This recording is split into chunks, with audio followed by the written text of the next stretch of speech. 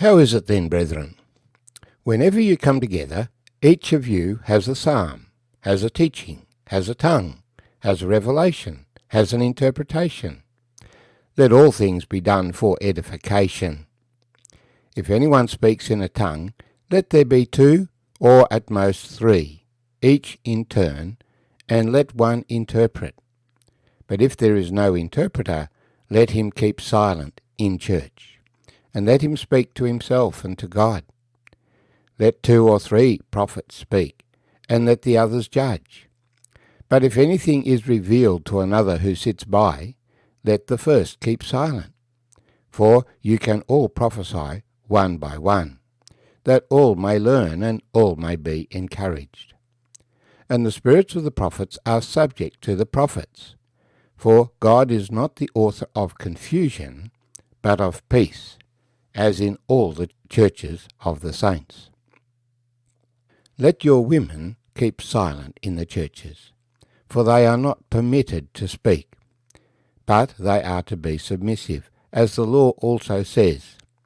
And if they want to learn something, let them ask their own husbands at home. For it is shameful for a woman to speak in church. Or did the word of God come originally from you? Or was it you only that it reached? If anyone thinks himself to be a prophet or spiritual, let him acknowledge that the things which I write to you are the commandments of the Lord. But if anyone is ignorant, let him be ignorant. Therefore, brethren, desire earnestly to prophesy, and do not forbid to speak with tongues. Let all things be done decently and in order. My name's Arthur, and I thank you for joining me as we share together the conclusion of 1 Corinthians chapter 14. We've read verses 26 to 39. The conclusion of his discussion on spiritual gifts, which had a strong emphasis on the use, and particularly the misuse, of the gift of tongues, and the fact that the church there had highlighted tongues. But Paul says, better to seek the gift of prophecy, that there might be understanding and that there might be exhortation. So there are several important principles that come through in this passage. He's talking about when you come together. So the church has a particular pattern time when the church comes together. In the earliest church we find that they met at 3 o'clock in the afternoon, the hour of prayer, in the colonnades near the temple. They didn't come directly into the temple building to disturb the Jewish people, but they met in the temple compound because there was a large open space where they could meet together. So, and the concluding phrase was, let all things be done decently and in order. So it is appropriate that there be a pattern and a plan for a service. But there's no specification of what that pattern is. We can adapt it to any particular location. But there is to be a plan. In some meetings, the emphasis is more on prayer. In others, it is more on praise. Some have a heavy emphasis on teaching the Word of God. Others have a heavy emphasis on sharing.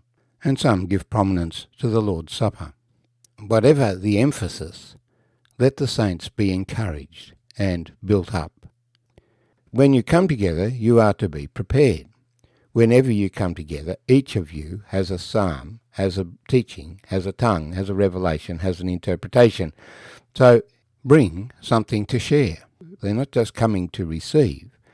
As Paul says to the Hebrews, do not forsake the gathering of yourselves together, as the manner of some is, but when you come together to encourage one another in love and good works. Indeed, you can worship God sitting by yourself in your room or in a natural environment, and it's important to spend time alone in a secret place with God. But it's also important to meet together with other believers to encourage them, and you can't do that if you are meeting by yourself. Let everything be done for edification. Time is limited. Don't waste the time. If there is someone who has a tongue, and it's not necessarily so, and it is normally not so these days. If someone would speak in a language that is not the common language of the meeting, let there be 2 or at most 3, and they take turns, and they must be interpreted. There's no point someone speaking in another language that cannot be understood. If there is no interpreter, let him keep silent in church, and let him speak to himself and to God. If there are prophets, 2 or 3 may speak at a particular meeting. And the key part of what's happening here is, and the others judge. Not everything that is spoken is going to be absolutely correct.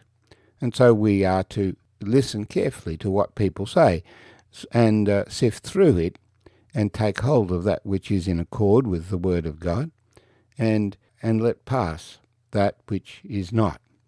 The responsibility there is not to prevent people from speaking who are not authorised, but to always think critically about the things that are said, because even an authorised person will either be misunderstood or will misunderstand what he is talking about. And if someone gets excited, has a revelation, and wants to share it, he has to wait his turn. For you can all prophesy one by one, that all may learn and all may be encouraged. That's the focus, encouragement. And the spirits of the prophets are subject to the prophets. People shouldn't be jumping up and down and interrupting one another, but we do things with respect, in turn. For God is not the author of confusion, but of peace, and this is the plan for all the assemblies of the saints. He's laying down here the general principles that apply to church services. And he goes on to say, let your women keep silent in the church, for they are not permitted to speak. He's been talking about those who speak in a tongue, the prophets who speak, but now he's saying that within the service of the church, the responsibility of speaking rests with the men. They are to take the leadership, and the women are to be submissive. They are not permitted to speak. And he says this is the same pattern as was in the law. When the Lord appointed his disciples, they were all men. And in the Old Testament, the large majority of the leaders were men. There were occasionally a few women, and these had a private ministry. The public ministry was focused on men. God's plan is for men to take the lead. And if there are women who have questions to ask, find another occasion. They can ask their husbands, but he says it's shameful for a woman to speak, that is, to address the assembly. If you want to argue about this, did the word of God come originally from you? Are they the one who are setting the pattern? Or was it you only that it reached? There is a pattern of meeting which applies across the board. And while the particular order of service is up to a local arrangement, the principles are global in their reach. And so, if you are a spiritual person, then you will acknowledge that the things that Paul writes are the commandments of the Lord, and we will not want to grieve the Lord by disobeying his commandments. But we have the interesting phrase, if anyone is ignorant, let him be ignorant. In other words, we don't have to argue about these things as we follow the pattern. The conclusion of the matter: desire earnestly to prophesy. Prophecy, in the New Testament period, God revealed things to the prophets. In this present age, we need to study the Word of God, and the Spirit of God will reveal it to us, that we might share it with others. He said, do not forbid the speaking of tongues. In a multilingual church, those whose language is not the main language can speak, provided there's an interpreter. Don't force them to be silent. But whatever you do, do things decently and in order.